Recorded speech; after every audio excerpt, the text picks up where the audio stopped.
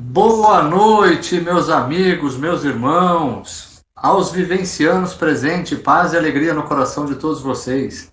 Mais uma quinta-feira chegou, mais uma aula virtual teremos. Enquanto tiver essa pandemia, nós não podemos mais nos abraçarmos, termos essa energia gostosa que nós tínhamos todas as quintas-feiras. Sinto falta de todos do grupo, da 27ª turma, da Escola de Aprendizes do Evangelho da Fraternidade Colmeia. Então, aqueles que estiverem conectados, preparados, que nós possamos fechar os nossos olhos físicos, elevarmos os nossos pensamentos aos nossos mentores individuais, ao mentor da nossa turma, à mentora da Fraternidade Colmeia, aos alunos que trazemos do plano espiritual, que possamos dizer, nosso Divino Mestre e Salvador, fortalecei-nos e amparai-nos para que possamos lutar contra as forças do mal que tentam dominar o mundo. Veneráveis mensageiros celestes, auxiliares de Jesus, fortalecei-nos e amparai-nos para que possamos lutar contra as forças do mal que tentam dominar o mundo. Pai nosso, Criador nosso, fonte eterna de amor e de luz, fortalecei-nos e amparai-nos para que possamos lutar contra as forças do mal que tentam dominar o mundo. Preparados como estamos, elevamos nossos pensamentos a Ismael, que é preposto de Jesus, que governa nosso país, Brasil, que é pátria do Evangelho e coração desse mundo, e onde de joelho e espíritos dizemos: Pai nosso, que estais nos céus, santificado seja o teu nome, venha a nós o vosso reino, seja feita a tua vontade, assim na terra como no céu. O pão nosso de cada dia nos dai hoje. Perdoe as nossas ofensas, assim como nós perdoamos a quem nos tem ofendido. E não nos deixes cair em tentação, mas livre-nos de todo mal, pois vosso é o reino, o poder e a glória para toda a eternidade. Que assim seja, graças a Deus. Preparado como estamos, façamos a prece dos aprendizes.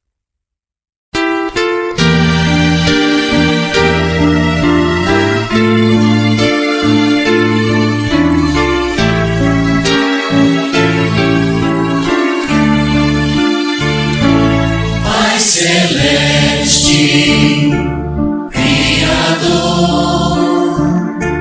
fonte eterna de bondade, auxilia no Senhor a conquistar a verdade, abençoa o nosso esforço para o teu reino atingir. Dá-nos, Pai, a luz que aclara os caminhos do porvir. És a glória deste mundo, és a paz e a esperança, és a luz que não se apaga, és o amor que não se cansa. Dá-nos força para sermos os arautos do teu amor, testemunhos verdadeiros do Evangelho Redentor, testemunhos verdadeiros do Evangelho Redentor. Poxa, mais uma vez vamos dividir com as nossas irmãs hoje, né? Já que semana passada foi o Cláudio, hoje nós vamos ter 3 apresentações. Nós vamos ter primeiro a Marina, depois a Maria Cristina e a Maria Tereza. Boa noite. Lendo o tema 15, o homem retarda, porém a lei o impulsiona. Não há como negarmos a necessidade de evolução. Não há como fugir desse compromisso. Podemos tentar nos esconder, procurar outros caminhos, negar a responsabilidade que nos é dada. Porém, a espiritualidade maior já tem o seu plano, e as leis universais nos levam até a evolução, seja por caminhos mais rápidos, leves e amistosos, seja por caminhos lentos, tortuosos e inseguros. O importante é saber que todos nós temos esse compromisso, e quanto antes estivermos de braços abertos para iniciarmos essa jornada, mais rápido os frutos serão colhidos e poderão ser compartilhados com os nossos irmãos. Boa noite para vocês. Boa noite. Hoje eu queria participar da aula lendo o tema 15. O homem retarda, porém a lei o impulsiona. Normalmente não gostamos de nada novo, pois nos sentimos inseguros e com medo, e vamos postergando as coisas que temos para fazer. Isso é em casa, no trabalho, nos relacionamentos, etc. Mas a vida não espera. O tempo é finito e viemos aqui com uma missão e temos que cumpri-la. As coisas vão acontecendo e não temos tempo a perder. Com coragem e sabedoria, temos que tomar decisões. Certas ou erradas, só o tempo dirá, e será o Pai que irá nos julgar se cumprimos ou não nossa missão. Boa noite, obrigada e espero revê-los em breve. Um abraço. Boa noite a todos, saudades dos meus amigos. Vamos à leitura do tema de hoje, tema 15. O homem retarda, porém a lei o impulsiona. O homem, muitas vezes, posterga seu aperfeiçoamento e crescimento devido a inúmeras solicitações e distrações da vida. Posso dizer que passei um período de minha vida vivendo o seu lado material e dedicando menos tempo ao aprimoramento espiritual, como tantos. Quando o prover é imperativo, se entregar ao trabalho torna-se uma busca que muitas vezes ultrapassa o necessário. Embora isto ocorra, Deus e os espíritos benevolentes que seguem conosco nos impulsionam através de eventos que nos fazem refletir e nos voltar para a nossa essência, que é o espírito, e assim aprender, agir e evoluir. Gratidão a todos, uma boa noite. Nossa, como é bom ouvi-las e revê-las, né? Depois eu vou querer tirar uma selfie com vocês, ficou muito legal, viu? Como o Mosca falou, dividir o conhecimento, que cada um tem o seu. Hoje o nosso expositor, ele falou que viria, e ele veio.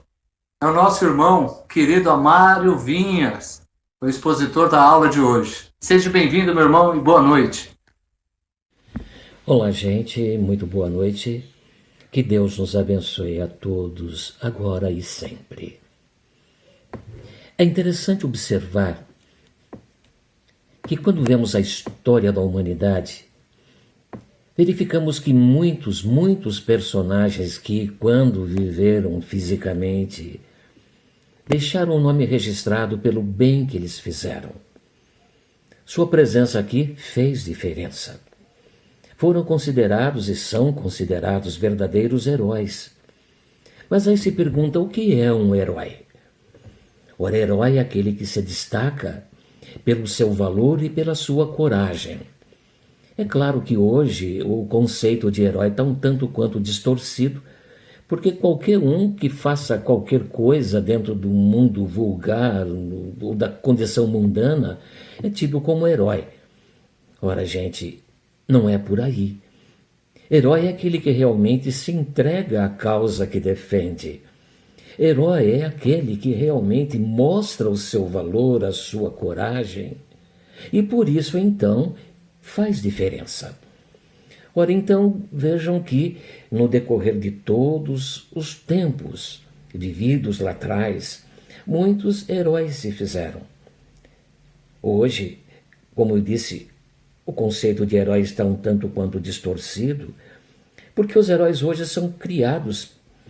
Aparecem, fazem o sucesso, desaparecem e praticamente ninguém mais se lembra deles. São sucessos efêmeros porque eles não deixam nada de bom para a humanidade. Porque as conquistas, as vitórias na realidade, só valem para aqueles que deixam uma contribuição para a humanidade. É interessante, acho que todos vocês tomaram conhecimento disso, mas uns tempos atrás, o líder de um conjunto musical muito famoso na época, disse que eles eram mais famosos que Jesus. Ora, o tempo passou, esse conjunto hoje é só lembrança, e Jesus está aí, tão vivo, tão presente como nunca em nossa vida. Então vejam que realmente herói, ele tem que valer o título de herói pelo bem que ele faz. Então hoje nós vamos conversar com vocês a respeito de alguns heróis do passado. Mas do passado porque viveram no passado. Mas os seus feitos estão presentes hoje e atravessaram 20 séculos e chegam até nós de uma forma pujante, vibrante. Eu converso com vocês hoje a respeito dos discípulos de Jesus. Ora, se pergunta, quem eram esses homens? Como Jesus os escolheu? Vejam, eles eram homens muito simples, materialmente pobres. Todos galileus, à exceção de Judas Iscariotes, que era judeu, tinham a idade média de 30 anos. De sua família não se sabe nada. Apenas Pedro, com certeza, era casado. E consta que ele deveria ter um filho. Mas por que a certeza de que Pedro era casado?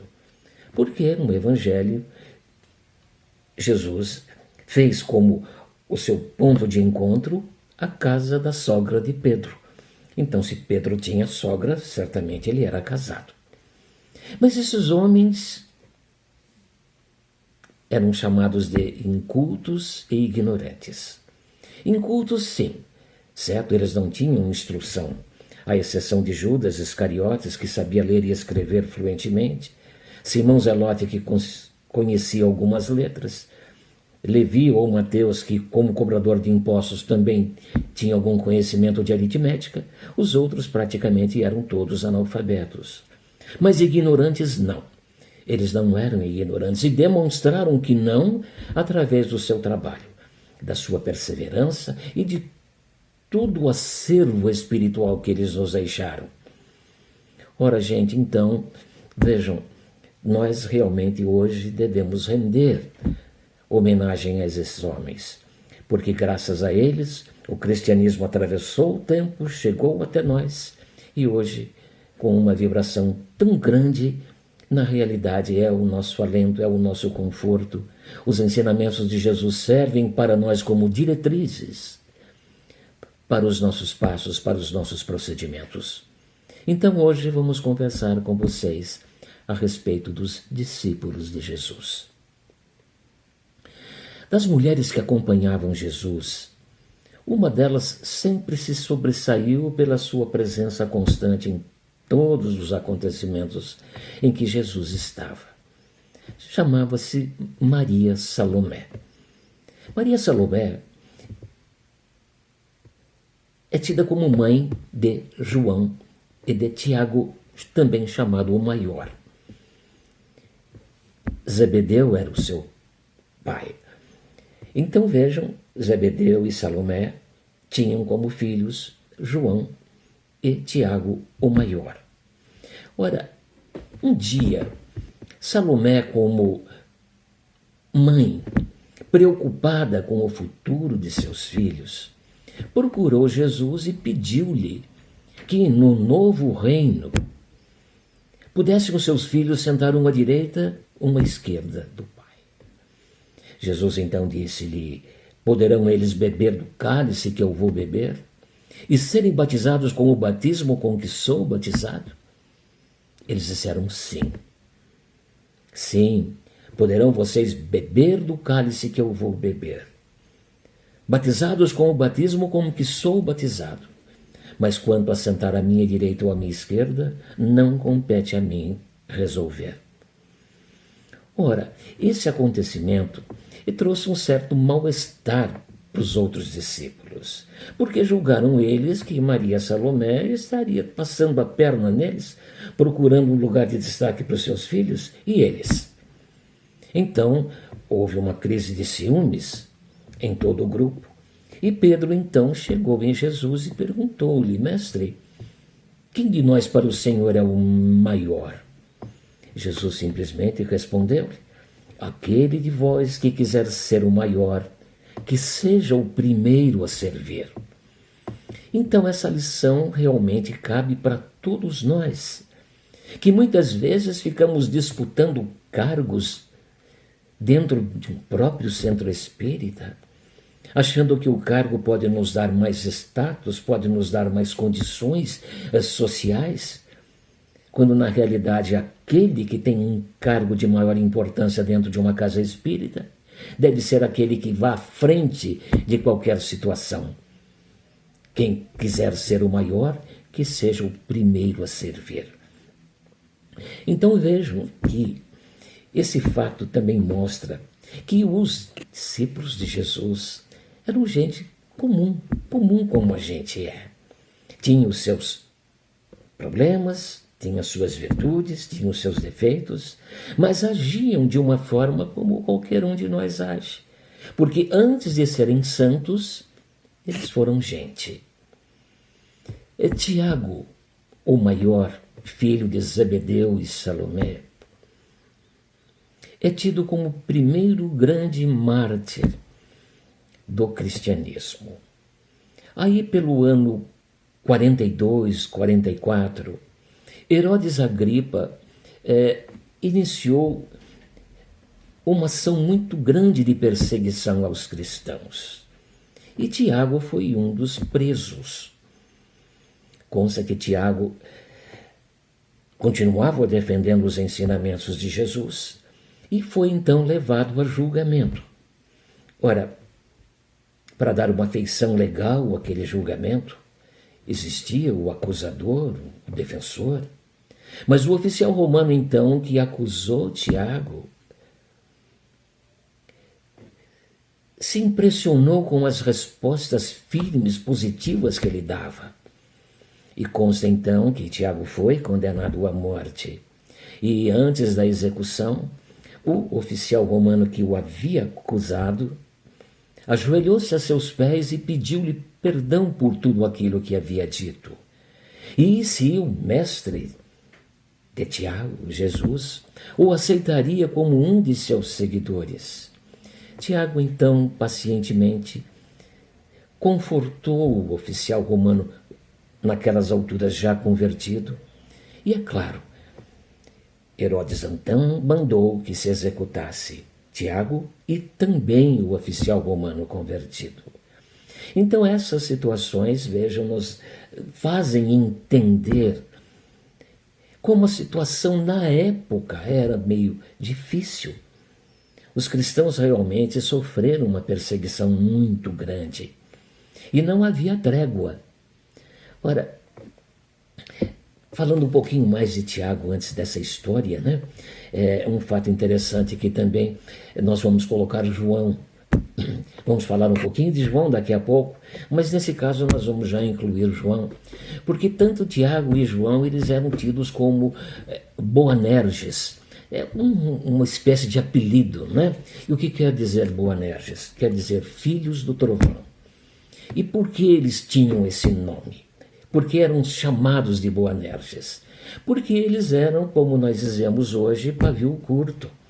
Eles eram estourados, eles eram exaltados na defesa das palavras de Jesus e na defesa do próprio Jesus. Então consta que certa vez, vejam, só para que a gente entenda, Jesus tinha inicialmente todo o seu local de desempenho na Galileia, Cafarnaum, por ali. Nazaré, todas aquelas cidadezinhas, né? Cafarnaum, inclusive, era um pouco maior, mas era Galiléia. Então, para ir para Judéia, onde tinha o templo de Jerusalém, ele precisava passar pela Samaria. É só a gente mentalizar o mapa da Palestina e vamos ver que no norte a Galiléia, no centro a Samaria, em sul a Judéia. Muito bem, então, sempre que Jesus fazia esse trajeto Galiléia, Judéia, iam alguns dos seus discípulos à frente para procurar lugar para que eles pudessem dormir, para que eles pudessem se alimentar, buscar os simpatizantes que pudessem ajudá-los, porque não eram todas as portas que se abriam para Jesus. Muito bem, então consta que nessa vez Jesus decidiu ir até Jerusalém para pregar, para falar de seus ensinamentos, e obrigatoriamente então ele precisaria passar pela Samaria. E então iam 2 ou 3 discípulos à frente para tomar as providências. E nessa vez, quando os samaritanos que não se davam com os judeus, existia uma rixa entre eles, enciumados porque Jesus ia passar pelo seu território para ir pregar em Jerusalém, fecharam as portas. Ninguém queria receber o grupo. Ora, então, João, Tiago voltaram até Jesus decepcionados e contaram a ele o que havia acontecido. E consta que, num determinado momento, um deles disse: Mestre, quer que levantemos as mãos para o céu e clamemos aos anjos que mandem labaredas de fogo que consumam os samaritanos? Jesus disse: não é por aí. Se eles não nos querem, não tem problema. Fazemos o nosso caminho do mesmo jeito. Mas os 2 discípulos, então, levantaram essa questão, lembrando, então, de Elias lá atrás, né? Que havia, então, pedido as labaredas de fogo, que matou aqueles sacerdotes todos, né? Essa é uma história lá do Velho Testamento que a gente se lembra. Mas isso é só para mostrar o temperamento que eles tinham. É um temperamento um tanto quanto explosivo, mas de certa forma em defesa da causa que eles defendiam. Isso é muito bonito, isso é muito interessante. Muito bem, gente, então vamos falar um pouquinho agora do outro Tiago. Tiago chamado menor. Não me perguntem por que é maior e menor, porque ninguém sabe, viu? Isso consta nos evangelhos. Alguns autores, alguns estudiosos dizem que era por questão de estatura. Um era maior do que o outro, mas isso tudo não existe absolutamente comprovação. Tiago Menor também tem uma certa posição controversa em toda essa história.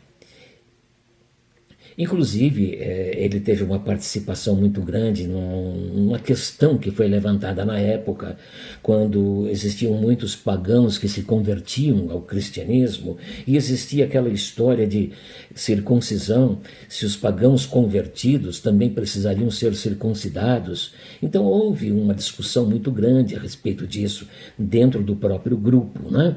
Isso depois da morte de Jesus. Mas vejam que Tiago, então, é filho de Alfeu. Lembrem-se que o Tiago maior é filho de Zebedeu e Salomé. Esse Tiago é filho de Alfeu. Então, Tiago, depois daqueles acontecimentos todos que envolveram a morte de Estevão, ele foi autorizado a ficar em Jerusalém e passou a ser, então, praticamente o encarregado da igreja de Jerusalém, que a gente entende como sendo a casa do caminho.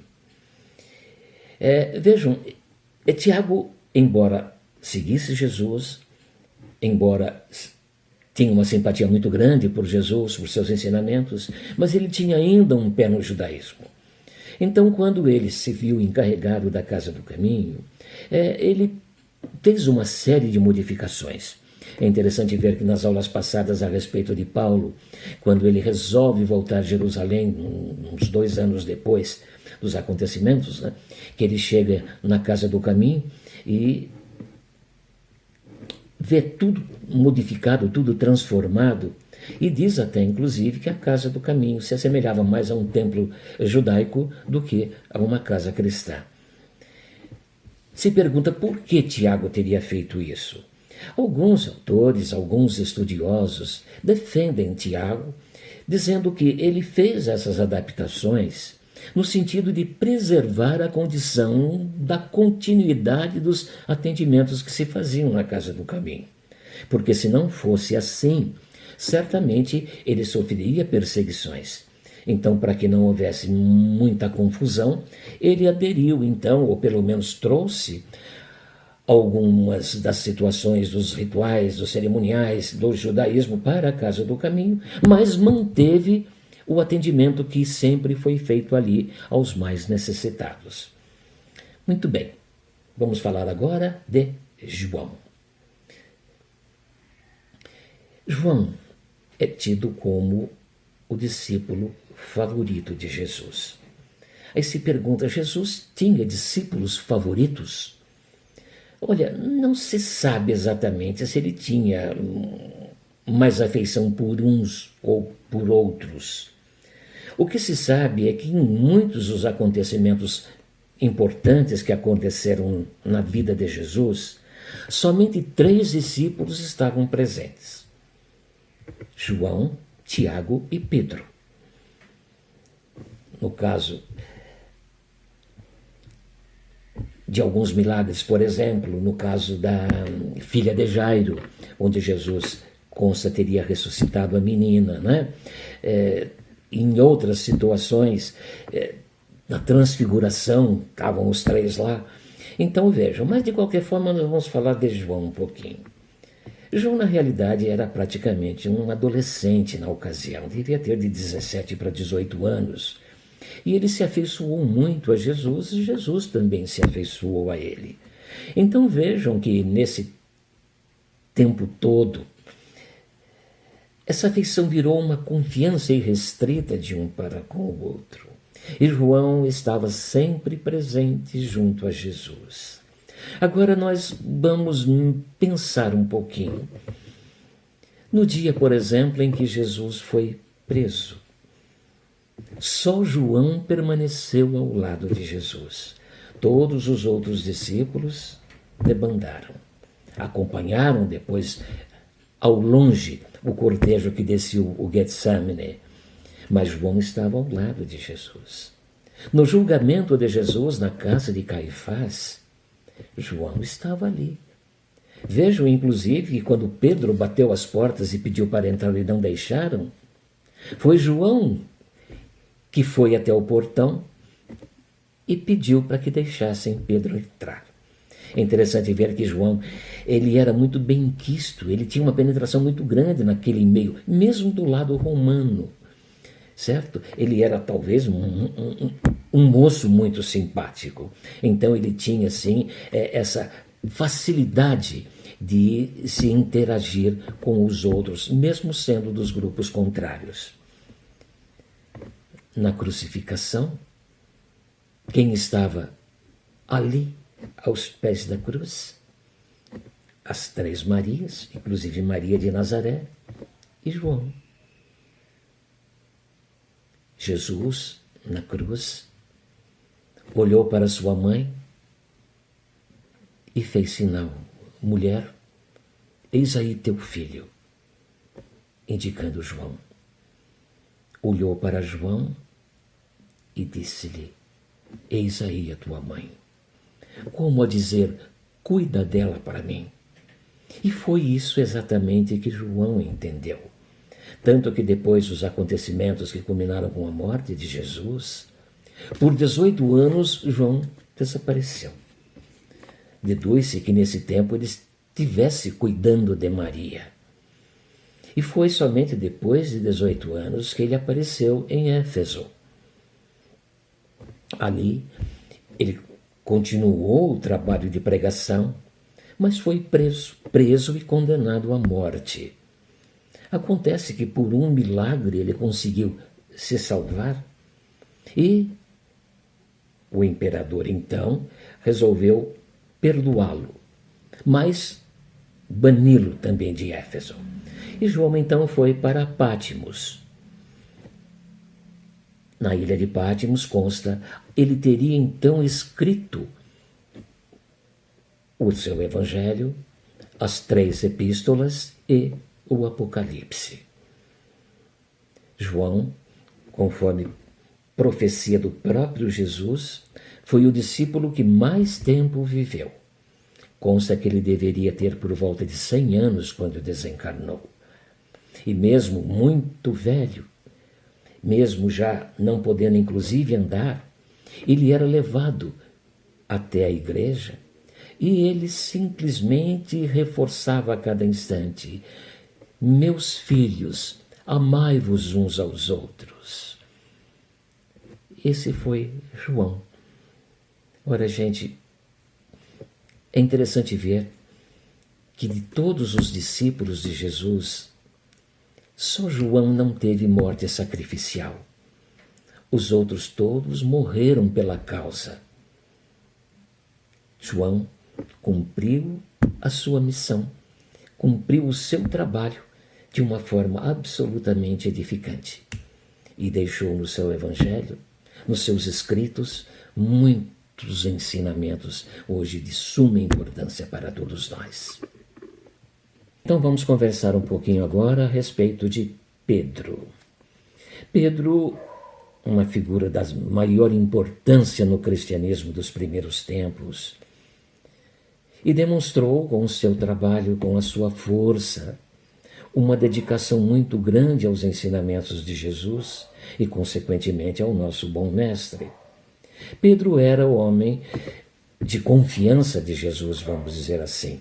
Tanto que, quando Jesus fez a sua ascensão, ele entregou a Pedro a responsabilidade de continuar pastoreando o seu rebanho. Então vejam que Pedro era um homem que também se fazia como fiel da balança no grupo. Era aquele que sempre procurava amenizar os conflitos. Era, apesar de todo o seu tamanho, de toda a sua força, a impressão que causava, ele era, na realidade, um homem de coração muito doce. Pedro, como todos nós, foi gente. E Pedro, como todos nós, também tinha os seus momentos de alegria, de tristeza, de arrependimento. Então, consta no Evangelho que logo depois da morte de Jesus, quando da ressurreição, ele orientou que os seus discípulos fossem para Galiléia e aguardassem ali até que ele chegasse, até que ele voltasse para lá. E assim foi. Só que Jesus estava demorando para voltar. E os discípulos foram ficando inquietos. Então, Pedro, já meio preocupado, já meio nervoso, chegou uma noite e disse: olha, não vou esperar mais, vou pescar. E saiu para o mar. 5 ou 6 discípulos foram junto com ele. Pescaram a noite toda, não conseguiram nada. Quando estava já amanhecendo, nós vamos encontrar Pedro pensativo na proa do pequeno barco, apoiando um dos pés na extremidade. Olhava para o horizonte e pensava: 3 anos. 3 anos se passaram e quanto eu aprendi com ele. 3 anos que foram para mim de uma descoberta muito grande de novos conhecimentos. Mas eu errei. Eu errei e preciso agora me desculpar a ele. Mas ele não vem. Me lembro a nossa última ceia, quando caminhávamos em direção ao Getsemane. Jesus, num determinado momento, nos parou e disse-nos: amados meus, ainda hoje serei para vocês motivo de escândalo. Eu então me antecipei e disse: mestre, ainda que eu tenha que morrer por ti, jamais me escandalizarei. E Jesus me disse: Simão, Simão, filho de Jonas, você, ainda hoje, antes que o galo torne a cantar, vai me negar 3 vezes. Eu me espantei com aquela afirmativa de Jesus. Jamais pensei que isso pudesse acontecer. Mas depois, nos jardins da casa de Caifás, procurado 3 vezes por pessoas que ali estavam, guardas, servidores, eu disse não conhecer quem estava sendo julgado. Ah, meu mestre, volta logo, por favor, quero me atirar a seus pés e pedir perdão. Nesse instante, eles observam que na praia um homem caminhava solitário. E lá da praia esse homem gritou: Ei, vocês aí do barco, pescaram alguma coisa? Não, responderam. Pescamos nada. Então joguem a rede na banda direita do barco e conseguirão. Jogaram meio a contragosto, porque como esse estranho ia dizer onde eles deveriam pescar, jogaram a rede e ela voltou tão carregada de peixes que não cabiam no barco. João, que era mais vivo, mais esperto, lembrando de um fato anterior envolvendo Jesus, olhou para a praia e disse: Pedro, Pedro, é o Senhor. Pedro olhou e, sem dizer mais nada, jogou-se no mar e nadou até a praia. Ali realmente era Jesus. É interessante que depois que os outros chegaram, tomaram a refeição, Jesus chegou em Pedro e disse-lhe: Simão, filho de Jonas, tu me amas? Pedro assustou-se, mas disse: Claro, Senhor, claro que eu te amo, tu sabes que eu te amo. Então pastoreia os meus cordeiros. Passado mais alguns instantes, Jesus novamente chega em Pedro e pergunta-lhe: Simão, filho de Jonas, você me ama? Tu sabes que eu te amo, então pastoreia as minhas ovelhas. Passado mais alguns instantes, lá estava o mestre de novo perguntando: Simão, filho de Jonas, tu me amas? Pedro, já preocupado, respondeu: Senhor, tu sabes que eu te amo. Então, pastoreia as minhas ovelhas. Aí Jesus diz a Pedro: Pedro, o homem, num determinado ponto da sua vida, faz o que quer dela. Viaja, brinca, trabalha. Mas num determinado ponto, ele tem que assumir responsabilidades. Num determinado ponto, ele tem que esquecer todas as futilidades da vida e dedicar-se com afinco àquilo que é mais importante. Você agora é este homem. Pedro entendeu perfeitamente que Jesus estava ali então dando-lhe a responsabilidade de assumir a liderança do cristianismo nascente.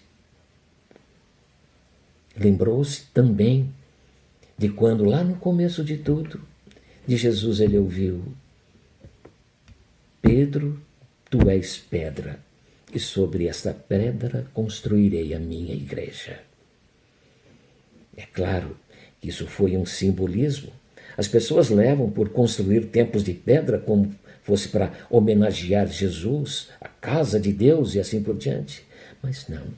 A pedra estava na fortaleza interior de Pedro, na força realmente que ele tinha dentro de si e capaz de levar todos os ensinamentos de Jesus à frente. Esse era Pedro. E muito, muito mais poderíamos falar a seu respeito. mas hoje não dá tempo. Falar de quem agora? Do mais polêmico de todos os discípulos de Jesus, Judas Iscariotes. Se os outros discípulos foram sempre, através do seu trabalho e da sua dedicação, exemplos a seguir, talvez o que Judas fez não seja um exemplo a seguir. Mas como nós estamos falando nos discípulos de Jesus que mais se destacaram, é claro que não podemos esquecer de Judas, que se destacou, talvez mais que muitos dos outros, mas pelo que de errado ele fez. Mas será que fez tanta coisa de errado assim? Sim, Judas falseou. Judas se deixou levar pela matéria. Quem era Judas? Judas era filho de Simão. Simão era um rico mercador de tecidos da cidade de Queriote, situado a alguns quilômetros de Jerusalém, ainda em terras de Judá. Então Judas era judeu. Simão, pai de Judas, deu-lhe uma educação esmerada, porque ele esperava que Judas assumisse a responsabilidade dos negócios da família. Simão era muito rico, era um mercador, mas num determinado dia ele surpreendeu-se. Judas o procurou e disse-lhe: pai, vou deixá-lo. Vou para Jerusalém e vou me matricular numa escola rabínica e me dedicar aos assuntos de Deus. Ora, Simão, apesar de toda a sua dedicação às coisas do mundo, era um homem muito sábio. Então disse a Judas: Judas, você sabe que eu o tenho preparado para ser meu seguidor nos negócios da família. Agora, se você quer dedicar-se aos assuntos de Deus, a decisão é sua. Agora, se você quiser triunfar nos assuntos de Deus, mata em si o homem velho e deixe nascer um homem totalmente novo. Vejam vocês que palavras sábias de Simão. Se você quer dedicar-se aos assuntos de Deus, a decisão é sua. Mas se você quiser triunfar nos assuntos de Deus, mata em si o homem velho e deixe nascer um homem novo. E foi assim que Judas, posteriormente, conheceu Jesus, passou a acompanhá-lo. E daí para frente, nós sabemos da história. Judas não matou em si o homem velho para deixar nascer um homem novo. Ele não teve, até aquele momento, a decisão de eliminar o que de errado ele trazia, o que de materialista ele trazia, para deixar florescer em si a espiritualidade. Judas falhou. Mas vejam, é interessante porque se até Jesus entendeu Judas, por que nós continuamos acusando? Irmão X, num de seus livros, não me recordo se é Pontos e Contos ou Contos e Apólogos, nos conta uma história interessante. Ele diz que Tiago e Matias, depois dos acontecimentos que culminaram com a morte de Jesus, Matias não estava presente, ele entrou na comunidade depois com a saída de Judas. Eles caminhavam de Jerusalém para Betânia, e num determinado ponto da estrada, Tiago parou e disse: olha, Matias, esse horto me lembra exatamente o local onde nosso bom mestre foi traído. E Matias, que não havia participado dos acontecimentos, interessou-se. Mas conta mais, Tiago, o que aconteceu? Quem era esse homem? O que ele fez? Ah, nem queira saber. Uma tristeza, uma falsidade. Um homem que estava conosco, peregrinava conosco, comia conosco, como que saiu no meio das trevas, aproximou-se de nosso mestre e beijou-lhe na face. Imediatamente os homens saíram da escuridão, o envolveram Jesus e o levaram preso. Que traidor! Que homem vil! E Matias então perguntou: e seus parentes, o que devem estar dizendo?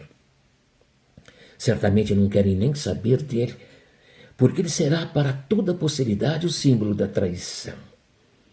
E consta que nesse momento, caminhando, eles viram contra eles a figura de um homem se aproximando. E uma certa luz envolvia esse homem. Eles apressaram o passo e logo surpreenderam-se. Viram-se frente a frente com Jesus. Ajoelharam-se a seus pés e entre lágrimas, entre emoção: mestre, mestre, que alegria em vê-lo de volta, Senhor. O Senhor quer que a gente volte para Jerusalém? Diz-nos o que queres que façamos. E Jesus então respondeu-lhes: não, amados meus, sigam o seu caminho, que eu vou seguir o meu. Que o meu caminho agora é um trabalho de socorro a Judas. Tiago e Matias entreolharam-se e, cabisbaixos, tomaram o seu caminho, enquanto Jesus, então, ia no sentido contrário. Tiago, esse Tiago, filho de Alfeu, ele tem uma epístola dividida em 5 partes, uma das quais intitula-se O Tropeço pela Língua. Então conta-se que na noite desse dia, Tiago, ao se recolher, esboçou as primeiras linhas desse capítulo, onde ele escreve: e todo aquele que se diz religioso, mas não tem freios na língua, em verdade engana o seu próprio coração, e a religião para ele é vã. Então percebemos quantos esclarecimentos e ensinamentos nós recebemos desse pessoal todo, não? Todos nós que muitas vezes falamos o que não devemos falar, criticamos outras pessoas e, sinceramente, não nos leva a coisa nenhuma. Então, voltando a Judas, nós percebemos, e daí? Será que nós não podemos entender a fraqueza de Judas, que é uma fraqueza como todos nós? Quando nós dizemos que todos nós trazemos um pouco de Judas dentro de nós. Não, mas nós não traímos Jesus. Será que pelo simples fato de conhecer os seus ensinamentos e não os praticar, não é uma forma de traição? É interessante. Precisamos pensar nisso. Aí se diz: mas que falsidade! Beijar a face de Jesus num momento tão difícil como aquele. É Judas mesmo que explica que naquele instante ele achava, ele pensava que Jesus, ao ver-se rodeado pelos soldados, fizesse valer do seu poder, levantasse as mãos para o céu e as hostes angelicais desceriam para acudi-los. Então, naquele gesto de beijar sua face, ele queria transmitir a Jesus o quanto ele o amava. É por aí. Temos outros discípulos, sim. Mateus, que se destacou pelo seu evangelho, tido como o mais completo deles todos. Nós temos depois os discípulos que apareceram depois: Estevão, Paulo.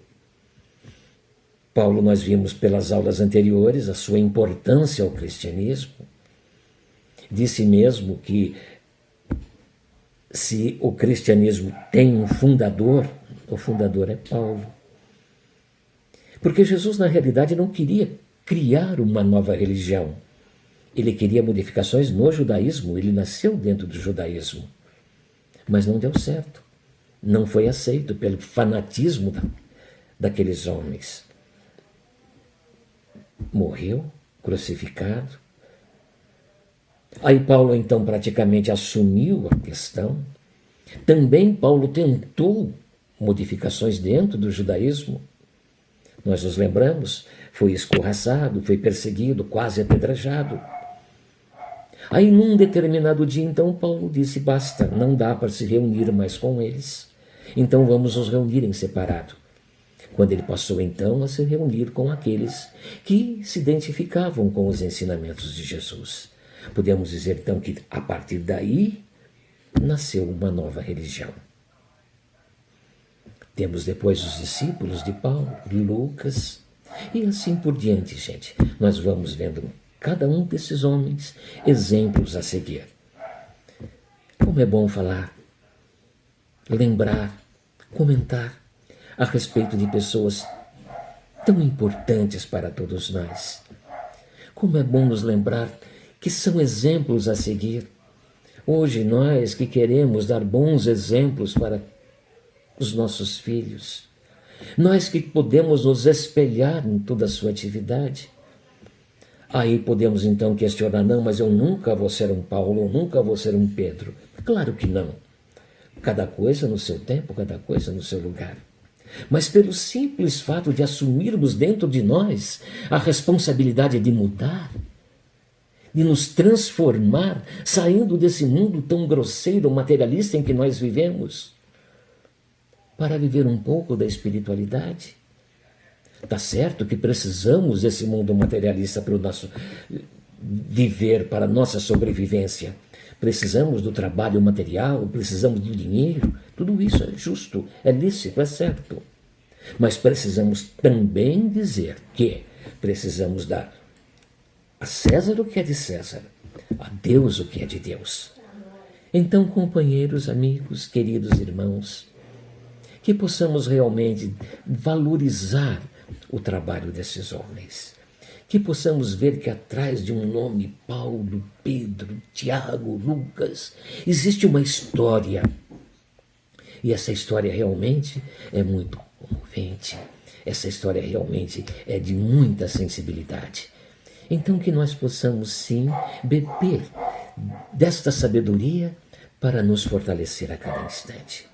Que Deus nos abençoe. Que assim seja. Nossa, meu irmão, como é bom poder ouvi-lo, né? Nessa pandemia eu sinto falta. A Casa do Caminho está fechada para que eu pudesse ir lá conversar. Tanto conhecimento que você nos traz, tanto que você conhece. De tantas pessoas que eu conheço e que a gente divide ideias, todos são unânimes em dizer, toda vez que você faz a narrativa de uma exposição de aula, você consegue nos remeter às cenas de Jesus. Que alegria poder estar com você, meu irmão. Paz e alegria no seu coração.